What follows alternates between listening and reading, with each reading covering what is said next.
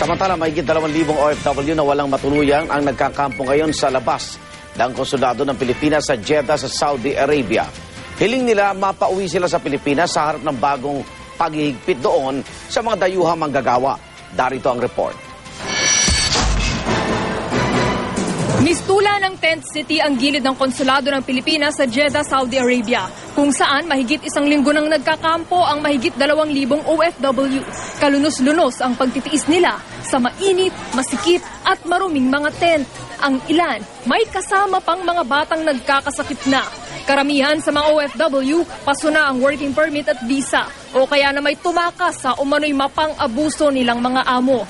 Nananawagan kami sa pamahalaan natin na tulungan kami bago matapos yung 3 buwan na ilalabas ng Saudi government, bago matapos yung kailangan namin makauwi kaming lahat. Gumawa na siya ng inisyatiba para magkaroon na po ng mass repatriation at hanggat maaari nga manawagan na sa Saudi government para magkaroon na siya ng ipanawagan na ang general amnesty.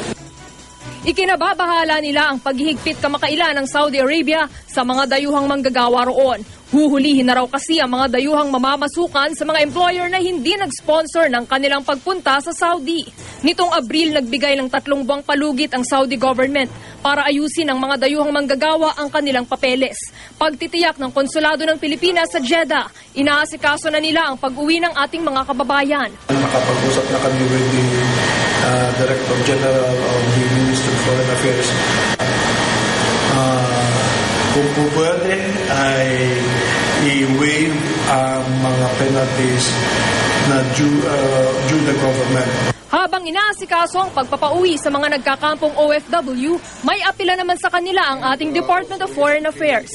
Please do not risk your health and safety by setting up camps and exposing yourselves to the elements. Our consulate has asked our kababayans to go back to their previous accommodations.